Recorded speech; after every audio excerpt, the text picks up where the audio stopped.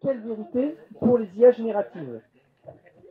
Et donc nous avons de nouveau trois intervenants de qualité.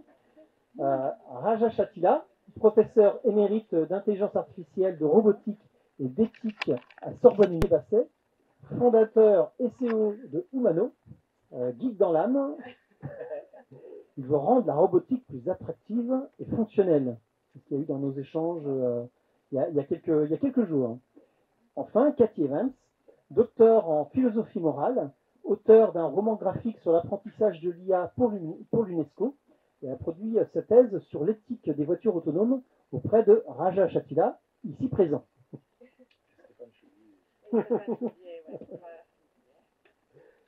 Alors, comme je disais, en fait, donc le micro, vous allez vous le passer. C'est pour ça qu'on en a mis un seul, de l'un à l'autre, en fait, pour que voilà, tout le monde puisse passer d'un. Enfin, on ne veut pas tout répéter.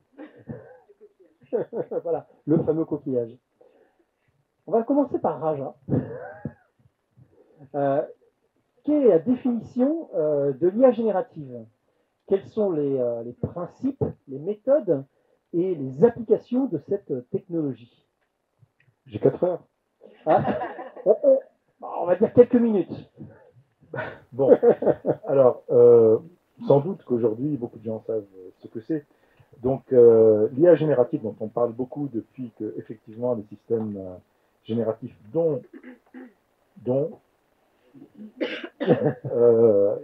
qui a un an aujourd'hui, donc ChatGPT, mais d'autres, plein d'autres d'ailleurs, DALI, etc.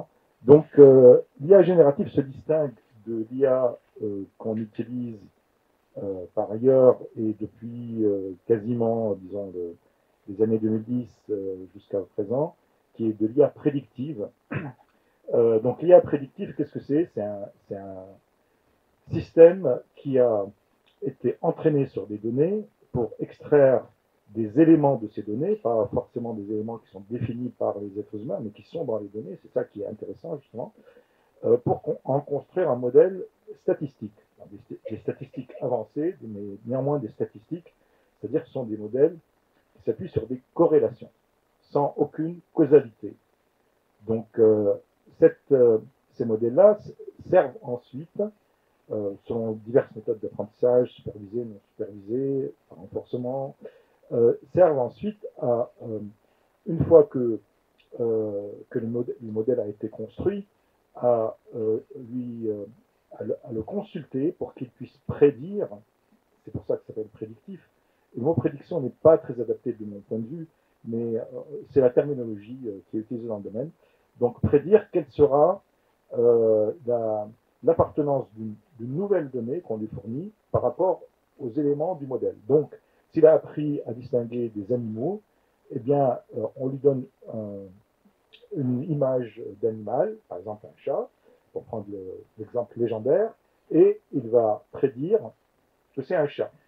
Le mot prédictif s'applique mieux s'il s'agit de quelque chose qui est vraiment à prédire. Par exemple, il a appris les schémas de la capacité d'être capable de rembourser un prêt parmi les êtres humains. Et quand moi je vais venir demander un prêt, il est capable de prédire si je suis effectivement solvable. Et donc la banque va pouvoir me prêter sur cette base-là ou pas. Donc pour faire ça, de nouveau, c'est des comparaisons statistiques entre un certain profil que j'ai et un profil avec lequel je me corrèle bien dans son modèle. Les systèmes génératifs, ben, comme leur nom l'indique, ils produisent des données plutôt que de prédire. Mais ils s'appuient quand même sur une prédiction. Donc, même chose, on va d'abord les entraîner sur des données. La plus grande différence par rapport au prédictif, c'est que les données sur lesquelles on les entraîne sont des données en très très très grande quantité. Donc on dit tout ce qu'il y a sur Internet. Non, c'est pas tout ce qu'il y a sur Internet. Mais pour ce qui se concerne donc une catégorie de ces modèles prédictifs qui sont les grands modèles de langage, on les entraîne sur des textes qui effectivement sont extraits partout sur Internet, des textes qui sont fournis aussi par les constructeurs du système, regarder, ils vont visiter Wikipédia, ils vont visiter des journaux, etc. Majoritairement en langue anglaise, parce que les concepteurs du système sont majoritairement américains. Et à partir de ces textes, ils vont construire un très très gros modèle, qu'on appelle pour le texte un grand modèle de langage.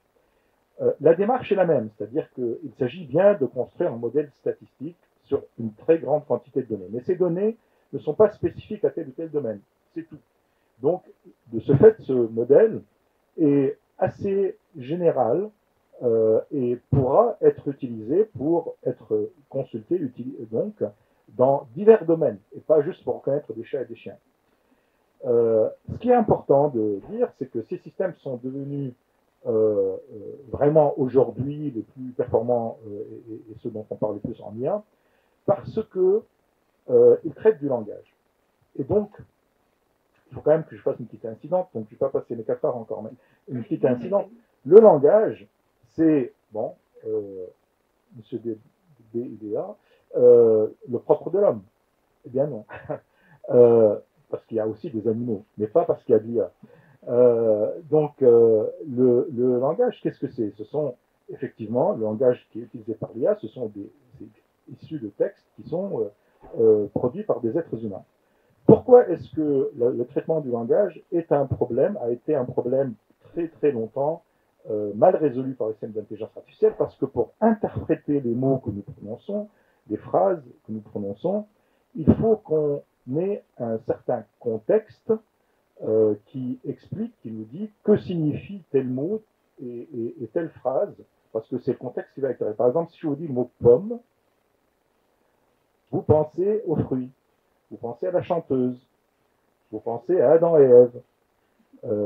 Et si je dis pomme, bah, il y a une ambiguïté, vous ne savez pas à quoi l'associer. Il vous faut le contexte de mon discours. Hein? Newton. Apple, voilà. Et vous pensez à Steve Jobs. Donc, donc il faut le contexte pour interpréter qu'est-ce que je veux dire par pomme comme ça à un instant donné. Or, le contexte, il se trouve dans le texte, justement, qui précède le mot en question ou qui peut le suivre. Et cette interprétation donc était extrêmement difficile pour les systèmes d'IA qui essayaient donc d'aller chercher le contexte, les systèmes d'IA, disons, plus classiques, qui essayaient d'aller chercher le contexte. En 2017 a été inventée une architecture particulière de réseau de neurones qui s'appelle Transformer, ce sont les détails, qui a permis justement d'étendre ce contexte. Et donc maintenant, on a des systèmes qui peuvent effectivement, pour interpréter un mot, aller chercher un contexte qui est beaucoup plus large et donc permettre une meilleure interprétation. Mais c'est toujours corrélatif. Et donc, le système génératif, qu'est-ce qu'il va faire? Il va avoir ce modèle, et si je lui mets une interface où je peux le consulter, c'est-à-dire lui fournir une séquence de mots, c'est le prompt, ma question, ce que vous voulez, eh bien, il va corréler ce que je viens de lui rentrer avec ce grand modèle en cherchant des contextes et me sortir les mots les plus probables associés à ma question. Les plus probables. Bien sûr, on va jouer éventuellement avec cette probabilité pour sortir des choses un peu moins probables. On dit qu'il est créatif. On a parlé de créativité tout à l'heure. Donc la créativité, c'est de dire n'importe quoi en gros. Et donc, ces systèmes, à partir du moment où ils ont été conçus et on a réussi à leur faire produire du langage, des mots, etc., qui ont un certain sens que nous projetons, parce que là aussi les systèmes ne comprennent rien à ce qu'ils disent, et ben, ça devient quelque chose de complètement nouveau d'une certaine façon, parce qu'on a un agent conversationnel avec lequel on va interagir et qui nous sort des choses qui semblent sensées. Alors je ne vais pas commencer à dire quels sont les défauts, je vais juste ajouter quelque chose qui est extrêmement important, qui est que ce modèle générique, on peut le prendre et lui ajouter quelques données dans un domaine spécifique médical, par exemple, ou juridique, etc., et poursuivre son entraînement sur un applicatif qui va devenir spécialisé, expert, dans le domaine en question, qui va s'appuyer sur ces nouvelles connaissances qu'on lui a injectées, plus le grand modèle qui lui sert aussi de contexte. Et ensuite, je peux vendre un système beaucoup plus performant pour traiter voilà, les domaines en question. Et c'est ça qui les rend extrêmement utiles à ce moment-là, parce que effectivement, ça devient des systèmes à usage général au départ, qui peuvent être spécialisés dans plusieurs domaines ensuite, et tout en gardant la généralité, et finalement être utilisés. Ce qui fait que quand on va parler, je pense, avec Nathalie, sur les questions de réglementaires, il y a des sujets extrêmement profonds qui s'opposent sur les responsabilités. Je vais m'arrêter là parce que je pense que j'étais trop long et je sais que l'attention humaine, malheureusement, n'est pas aussi importante que l'attention d'un système basé sur des modèles de fondation. Et donc, on va changer de sujet et d'orateur, sans doute. Là, je vais laisser ouvert cette question à la personne qui le voudra.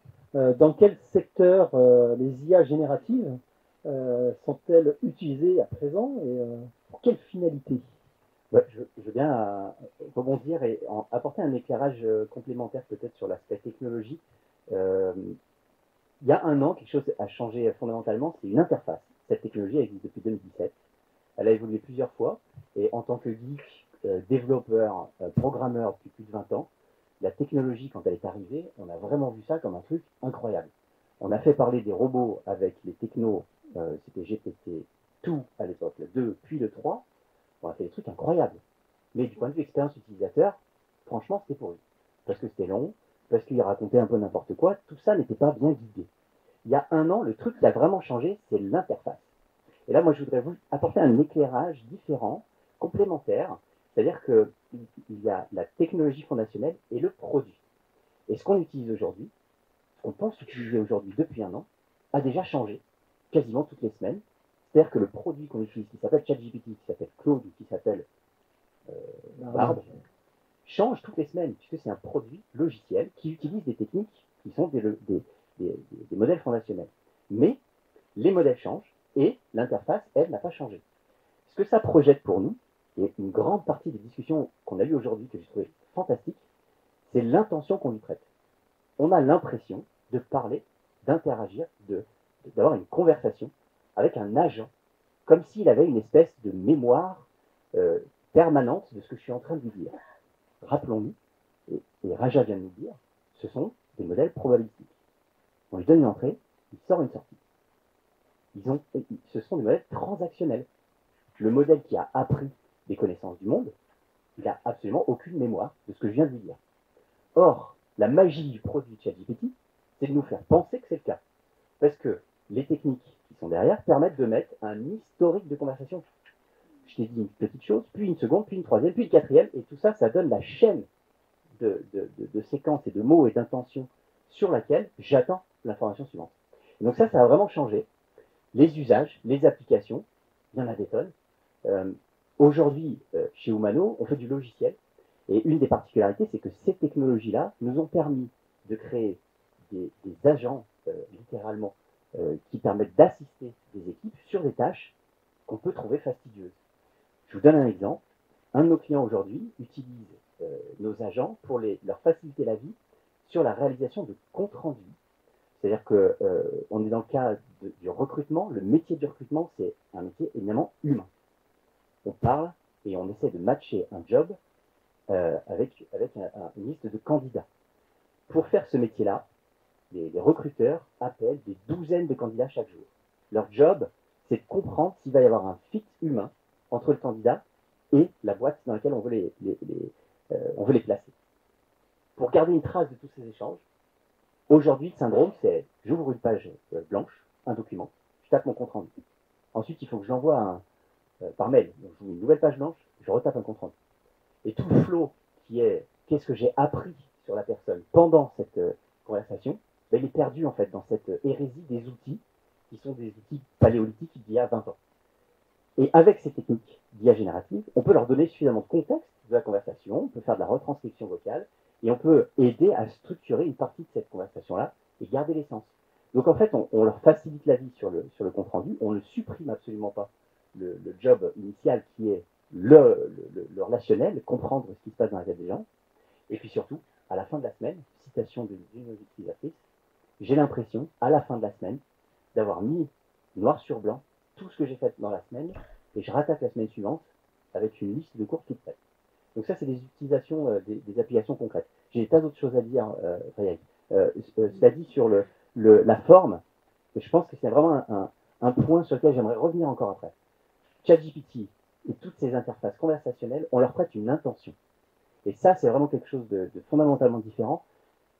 Et c'est ce qui les rapproche de notre sujet du jour, qui sont les robots. On a codé des robots et des applications sur les robots pendant des années.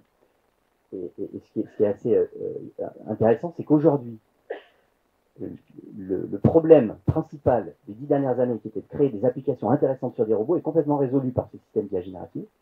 Le robot résolvait le problème de l'interface, puisque c'est un truc super sympa, naturel à utiliser. Et là, on se dit, magie. Les deux vont converger, donc on va faire un truc qui est vraiment génial. Donc je suis très content avec l'algorithme. Cathy Evans. C'est moi.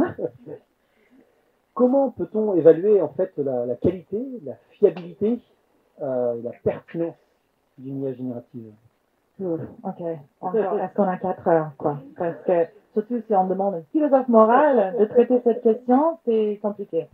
Donc, on va résumer. Voilà, oui, justement, ouais. Du coup, j'ai marqué plein de trucs assez intéressants à aborder, mais je vais faire une petite sélection. Déjà, je pense que c'est utile de parler d'un point de vue philosophique où on en est avec ces machines, avec cette technologie. Jusqu'à maintenant, on avait ce standard un peu imaginé, un peu fictif, mais aussi un peu pratique, qui s'appelait le Turing test. Ça, c'est l'idée que, en interaction avec une machine et en le comparant avec une autre entité qui pourrait être un humain, si on ne peut pas distinguer la machine de l'humain, on doit dire que la machine est intelligente. En gros, quoi. C'est un peu plus compliqué que ça. Mais du coup, on ne sait pas ce qui se passe subjectivement chez la machine. Mais on a l'impression que c'est intelligent parce qu'on n'arrive pas à distinguer ses capacités à les capacités humaines. Du coup, jusqu'à très récemment, on n'avait pas vraiment trouvé un moyen de faire passer le test Turing, quoi. Et là, après, quand on est expert dans un sujet et on demande à ChatGPT, parle-moi de l'éthique de l'IA, je vais trouver des soucis dedans, c'est sûr. Mais pour les utilisateurs lambda, avec des questions lambda, surtout même des interactions plutôt conversationnelles à but ludique, c'est vrai qu'on a l'impression qu'on a affaire à un être humain, surtout un qui répond super rapidement. Donc limite, c'est la rapidité qui fait qu'on sait que c'est pas un humain, parce qu'il n'y a pas de temps de réflexion, ou encore on l'installe artificiellement juste pour faire que ça soit plus humain. Donc en termes de juger la capacité de ces trucs, on peut plus utiliser ça comme standard. Donc ça, c'est le premier point. Et du coup, qu'est-ce qu'on s'appuie sur quoi? D'un point de vue philosophique, je pense qu'on peut faire une distinction entre les critères subjectifs de l'utilisateur qui interagit avec la machine et les critères objectifs que j'utiliserais si, par exemple, j'ai créé des standards éthiques pour l'IA générative. Donc, mais je pense que le plus important, c'est les critères subjectifs. Donc, d'abord les objectifs. Ça serait des choses du style, est-ce que le propos de ChatGPT quand il interagit avec moi, est-ce que c'est vrai ou pas? Est-ce que c'est approprié au contexte? Parce que comme on n'arrête pas de dire, même si le modèle est général, c'est souvent appliqué à un cas spécifique. Donc, un contexte spécifique. Donc, des règles institutionnelles spécifiques, des attentes spécifiques, et du coup, il faut qu'ils répondent à cette chose-là. Mais d'un point de vue de l'utilisateur, je trouve ça beaucoup plus intéressant parce que là, on aura des attentes envers cette machine quand on interagit avec elle, comme on aura des attentes avec un être humain. Donc, par exemple, on va attendre à ce qu'elle ne m'étonne pas avec ses propos dans un sens normatif. Ce que je veux dire par là, c'est que faut pas qu'elle nous offense. En disant quelque chose de complètement à côté de la plaque ou contre notre bon jugement moral ou notre goût esthétique. Mais aussi, il ne faudrait pas non plus que ça nous apprenne sur la vie bonne. Donc, c'est mieux d'agir comme ça, vaut mieux que tu recycles, et voilà pourquoi. Donc, en fait, pour moi, la qualité interactionnelle, en tout cas, des IA génératives, ça se base sur l'idée qu'elle soit anodine aux attentes morales d'un utilisateur. Donc, c'est un peu ça le critère généralisé, quoi. Voilà. Donc, ça, c'est 2 points. Je pourrais en faire plusieurs, mais je pense que déjà ça, c'est suffisamment philosophique pour commencer. Alors, je vais rebondir avec une question. Je ne sais pas si beaucoup ont la notion Uncanny Valley, de la vallée de l'étrange. Ah oui. Est-ce que dans les IA générationnelles, est-ce qu'on a déjà dépassé cette vallée d'étrange? Est-ce qu'on est déjà sur la pente ascendante? Ça c'est parce que la Uncanny Valley, je trouve qu'on commençait à utiliser ce concept en parlant des robots incarnés humanoïdes. Et donc, il y a tout ça qui rentre en jeu. Là, on parle d'un truc désincarné. Et du coup. Oui, mais on a pu. Est-ce qu'aujourd'hui, on a encore parié à l'instant que maintenant, si on ne sait pas derrière que c'est une IA, on pourrait très bien croire qu'on parle à un humain. Et est-ce que du coup, il y a encore ce côté de peur parce que justement, il y a un truc bizarre dans les réponses. Vous voyez ce que je veux dire? Oui, je vois. Mais pour moi, le Uncanny Valley, le verrou de ce concept, c'était que c'était presque humain, mais pas tout à fait. Et c'était cette malaise que ça générait. Et du coup, je pense que cette malaise, ça se génère peut-être quand on s'étonne de la qualité des réponses. Mais ça, je pense pas que c'est inhérent à la technologie, mais beaucoup plus dû au fait qu'on est en train d'apprendre à travailler avec cet outil. On est que des initiés, quoi. On n'a pas eu assez de. Donc, je pense qu'après, une fois qu'on passe un peu de temps avec ChatGPT, comme moi je l'ai fait maintenant, ça m'étonne plus, hein, limite. Donc, oui et non. Je pense que le critère qui ressemble plus à ça, c'est justement la rapidité de la réponse. Et je ne sais pas quel était l'ingénieur chez Google quand ils ont sorti leur système. Voilà, c'est ça, qui disait, oh non, mais il n'est pas conscient, mais il avait des trucs, des propos en disant que la technologie ressentait vraiment des choses et qu'il fallait le traiter avec du respect. Moi, je trouvais ça très problématique d'un point de vue éthique. Mais peut-être que ça témoigne une certaine véracité de l'application de ce concept dans ce cas-là, quand même. Parce que là, on est en train de faire. C'est un ingénieur qui travaille souvent beaucoup avec cette machine, qui est capable de sortir ça publiquement. Ouais. Voilà. Un petit commentaire sur l'intention qu'on prête, c'est-à-dire la Uncanny Valley pour les robots. Bon, on veut le rendre humain, et si c'est ça la quête, il y a un moment où ça devient vraiment étrange. Sur un modèle de langage qui produit du texte, bon, il fait ce qu'on lui demande, c'est tout, quoi. On n'a jamais voulu que ce soit un truc beau ou qui ressemble à l'humain. On lui demande de généraliser des concepts, puisque le modèle fondationnel, comme nous l'explique Raja, c'est finalement une compression de la connaissance. Parce qu'on veut mettre les derniers modèles open source, c'est 2000 milliards de tokens. Un token, c'est un morceau de mots. Donc globalement, on peut faire 2000 milliards de mots compressés dans 7 milliards de paramètres. Allez, on fait 2000 milliards à 2 milliards, c'est un facteur de compression de 1000. Et il se trouve que les modèles pour généraliser, cette compression-là, le font bien en généralisant. Mais on n'a jamais voulu faire un truc qui ressemble à l'homme. On a juste un truc mathématique qui dit, je veux compresser 2000 milliards dans 2 milliards. Et c'est probablement un peu décalé, cette réflexion de Jack Lemoine, de dire, bon, là, c'est un truc conscient, etc. C'est une introspection sur le fruit qui sort de cette nouvelle technologie. Là où c'est probablement pertinent, c'est que le résultat de généralisation n'était pas attendu à ce niveau-là. Et c'est ça qui est intéressant. D'où la réflexion qu'on a esquissée, qu'on a commencé à esquisser. Comment est-ce qu'on met en forme cette nouvelle forme de compression de la connaissance pour qu'elle soit accessible au plus grand nombre et qu'elle soit utile au plus grand nombre. Et je pense qu'on est un peu un an après un accident. OpenAI le dit, c'était vraiment un lancement d'un produit de test, quoi. C'était un projet de recherche avant tout ChatGPT. Ils s'attendaient peut-être à avoir 1000 users en une semaine. Ouais.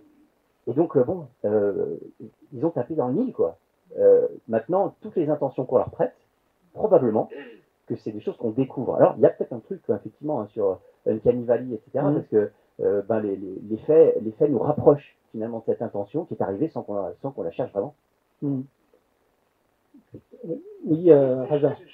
C'est une question très intéressante parce que l'attribution de capacité sur la machine est un sujet fondamental et inévitable. Je veux dire, c'est inévitable, c'est dans notre évolution de faire de l'attribution. Enfin, je ne veux pas développer plus. Mais moi, j'ai pas l'impression qu'il y a un phénomène uncanny valley. Ouais. Et la raison, c'est que dès le départ, ChatGPT a été annoncé comme un produit artificiel, bien sûr, auquel on peut demander tout, et c'est devenu, en quelque sorte, un objet ludique. C'est-à-dire que finalement, on joue avec pour voir là où il dit n'importe quoi. Toute la discipline du prompt engineering, donc savoir lui poser des questions, c'est devenu une sorte de jeu. Step by step, tiens, je vais voir ce qu'il m'a dit. Ah, et je lui ai demandé si 4 et 2, combien font 4 et 2, il m'a dit 7. Ah, je vais lui essayer de... Donc, il n'y a pas du tout de peur. Et il y a une attribution quand même. Donc, c'est un phénomène beaucoup plus complexe, à mon avis, que le uncanny valley, qui mérite d'être sans doute mieux compris, mieux étudié. L'uncanny valley, c'est quand le système fait quelque chose qui est vraiment inattendu et qui nous met mal à l'aise parce qu'il est en contradiction totale avec notre attribution. On lui a attribué certaines capacités, et tout à coup, de manière surprenante, il se met à faire autre chose. Et là, par exemple, si j'ai ChatGPT qui parle, parce que bien sûr, et il me parle avec une voix féminine et qui tout à coup devient une voix masculine et qui dit je vais détruire le monde. Là, il y a peut-être un effet uncanny, mais vous voyez, c'est dans cette perception-là et non pas dans le système ChatGPT lui-même. Voilà. Je ne vais pas perturber la... Je ne sais pas si vous vouliez rebondir aussi. Bon, en fait, c'est vraiment, ouais. Oui, vite fait quand même. Juste parce que, plutôt que le Uncanny Valley, je pense qu'on pourrait aussi parler de l'effet Eliza effect. Et ça, c'est, voilà, là, il y a des gens des connaisseurs. Je veux bien vous expliquer. Du coup, alors, ma version de ce concept, c'est que, en interagissant avec une machine qui n'est pas du tout intelligente, on a tendance à développer des croyances, à lui attribuer des capacités et surtout d'aller dans le sens de son jeu. Du coup, je sais que c'est une machine qui fait que simuler le rôle d'un psychologue, par exemple, qui était le cas original, mais c'est un jeu ludique un peu fun et j'achète. Et du coup, je fais comme si c'est un vrai psychologue. Et du coup, je me comporte comme si, donc je lui attribue des choses et je change mon comportement pour m'adapter quelque part à ses compétences, ses limites, etc. Et je trouve que dans le cas de l'IA générative, on est quand même en train de faire ce jeu-là. Après, ça change du good old-fashioned AI qu'on avait avant, mais c'est très pertinent. Voilà. Et est-ce que les gens, en fait, est-ce qu'ils n'ont pas envie de penser ou d'imaginer que leur interaction avec un chatbot, c'est quelque chose de vrai, de véridique? C'est pour moi ça, oui. Par exemple. Oui, je pense que c'était un peu mon propos tout à l'heure, là, que quand on veut jouer ce jeu, quoi. Après, je pense qu'on veut aussi défier la machine dans le cas de l'IA générative. Par exemple, moi, j'adore lui poser, genre, fais-moi un petit poème sur mon chat ou qu'est-ce qu'il fait quand je suis pas là, par exemple. Et je m'amuse beaucoup à voir ce que ça produit dans un mode shakespearien, dans un mode miltonien, tout ça. Donc là, on est en train de le défier, mais quand même, oui, je pense que dans le cas d'application, par exemple, quand on voit your AI friend sur Snapchat, par exemple, là, je pense qu'on veut croire qu'on est en train quand même d'avoir affaire à une chose qui est capable de fonder un vrai rapport, en tout cas. Parce que c'est un peu cette intention-là avec laquelle on part vers cette activité, de parler avec cette machine. Je veux avoir une conversation profonde avec peut-être une entité qui répond à toutes mes attentes, sans jamais me challenger, ça c'est d'autres problèmes. Mais donc, vu que cette technologie se met dans tellement de poches de la société, tellement de contextes sociaux, c'est pas toujours le cas, mais je pense que en tout cas, quand on cherche à avoir une conversation intime ou un rapport un peu intime avec ces technologies, oui, on veut que ça soit vrai. Ouais. Ouais. Pareil, ouvert à tous. Les systèmes d'IA générative donneront un accès un jour à une personnalité propre. Et est-ce que cette personnalité, en fait, peut avoir des conséquences?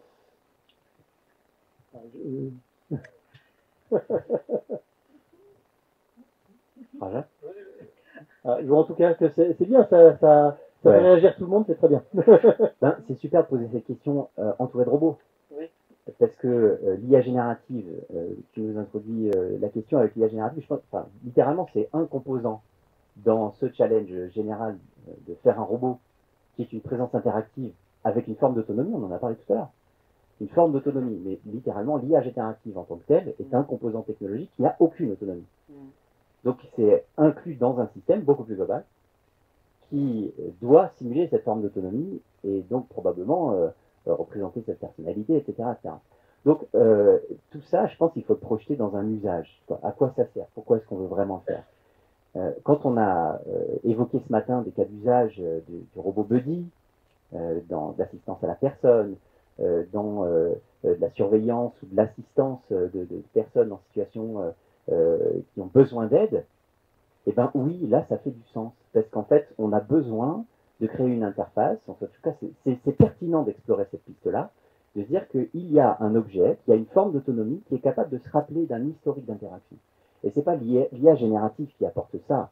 Ce qui apporte ça, c'est un système avec de l'ingénierie bien faite et surtout beaucoup d'intelligence humaine pour concevoir toutes les briques qui vont permettre de faire ça. Et il y a des choses très traditionnelles qu'on utilise depuis des années. Il y a des bases de données, il y a des systèmes d'exploitation, il y a des capteurs, et toutes ces choses-là, et il faut bien les assembler. Et il se trouve que l'IA générative amène un truc fantastique, c'est que avec ces fameux paramètres qu'on peut organiser au moment où on demande une prédiction, on dit bah tiens, température 1, sois un peu créatif, c'est-à-dire fais la probabilité, prends la probabilité la moins forte, la moins forte quoi, et puis essaye d'imaginer la suite. Et donc là, on peut avoir un truc qui est vraiment créatif, en tout cas en perception. Et ça, c'est nouveau. Ça, c'est nouveau parce que quand on est des ingénieurs et qu'on code et qu'on assemble un système descriptif formel où il y a des règles, si on veut faire un moteur de règles créatif, on en a pour un moment. Avec une IA générative, bah, en fait, on change un curseur et on dit, bah, on verra bien ce qui se passe. Il n'empêche qu'il faut mettre du contrôle. Parce que cette personnalité, on peut la laisser s'évader. Imaginez qu'elle devienne Skynet, Terminator, machin, tout ça. Donc on n'a pas tellement envie de ça. Donc il y a des systèmes, d'autres systèmes, qui sont à nouveau des systèmes d'ingénierie, qui sont tout à fait formels, descriptifs, et on sait les contrôler, bah, qui permettent de contrôler. C'est-à-dire qu'on dit, si ça tend à devenir Terminator, je ne fais pas. Donc c'est plus facile de mettre un moteur de règles qui dit, bah, je restreins un espace créatif plutôt que de coder l'espace créatif. Donc, je me suis un peu évadé.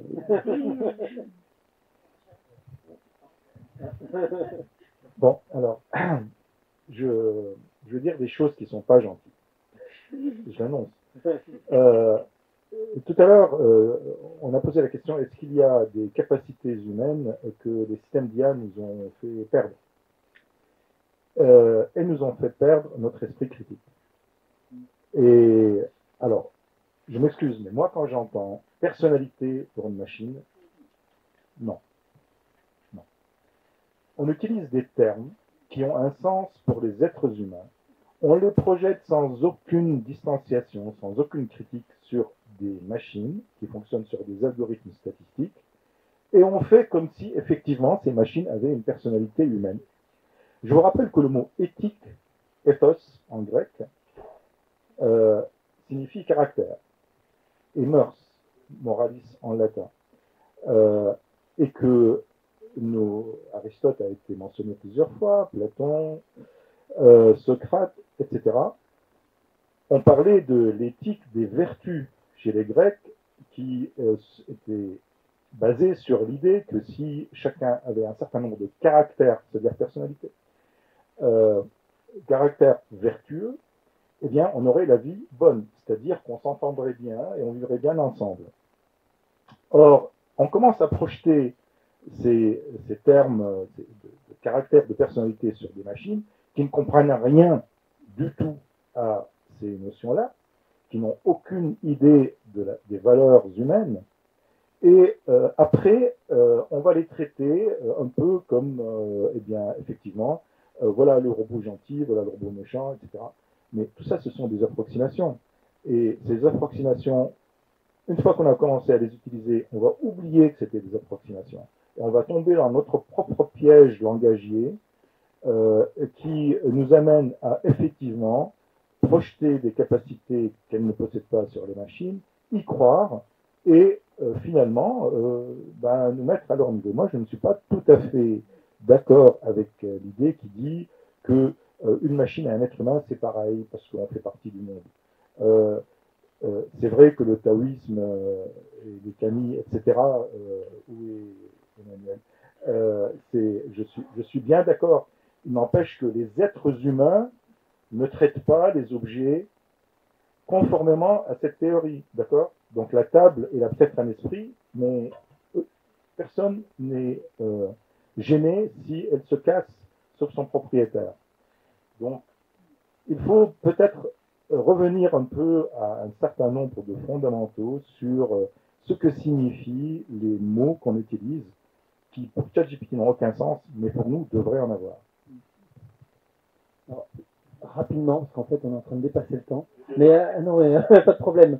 Allez-y, Cathy. Ok, oui. Donc, oui, en fait, Raja vient de cocher plein de trucs que je voulais aborder, donc tant mieux, quoi. Mais je voulais juste faire une distinction entre l'idée, genre, quand on parle d'une personnalité propre, ou même une subjectivité propre à la machine, soit on est en train de faire la conscience artificielle, et vraiment on essaie de créer un être humain artificiel, soit on est juste en train de simuler ses capacités pour un but pratique, parce que on a besoin pour améliorer l'interaction avec l'humain, on a besoin pour mieux comprendre le contexte et tout ça. Je pense qu'on fait presque catégoriquement le deuxième quand on parle de ce genre de débat. Donc déjà, ça fait que on va créer des entités qui vont faire comme si ils ont une subjectivité, comme si ils vont être blessés quand on leur traite mal, comme si ils sont heureux de nous voir, quoi. Du coup, c'est une espèce de tromperie morale qu'on est en train de faire afin de servir à l'amélioration du but pratique, quoi. Donc ça, d'un point de vue éthique, c'est compliqué parce que les conséquences de vouloir faire ça, si on fait une entité vraiment artificielle, une conscience artificielle, c'est horrible parce que cette capacité de souffrir, on va mal le respecter dans le système juridique aujourd'hui parce que les robots n'ont pas de droit. Donc horrible. Mais si on simule, on va faire en sorte que les êtres humains qui interagissent avec cette machine, ils vont le traiter comme si c'est un vrai agent moral qui mérite des comportements. Mais c'est faux.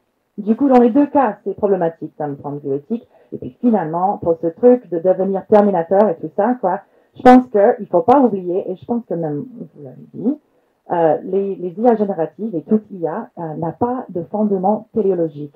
Il n'est pas un agent moral propre, autonome, qui est capable de choisir quelle est la bonne vie pour lui, de quitter son contexte pratique et originel, d'aller poursuivre un autre, quoi. Et du coup, conscience, quoi. Voilà, exactement. Il n'a pas de liberté, autonomie morale. Et du coup, on ne doit pas confondre la puissance de calcul avec une volonté de puissance, parce que ça présuppose une subjectivité qui cherche à accomplir des buts qui sont à lui propre. Voilà. Merci beaucoup à vous trois. Merci Raja Chatila, Xavier Basset et Cathy Evans. Et puis donc, voilà, la quatrième étape de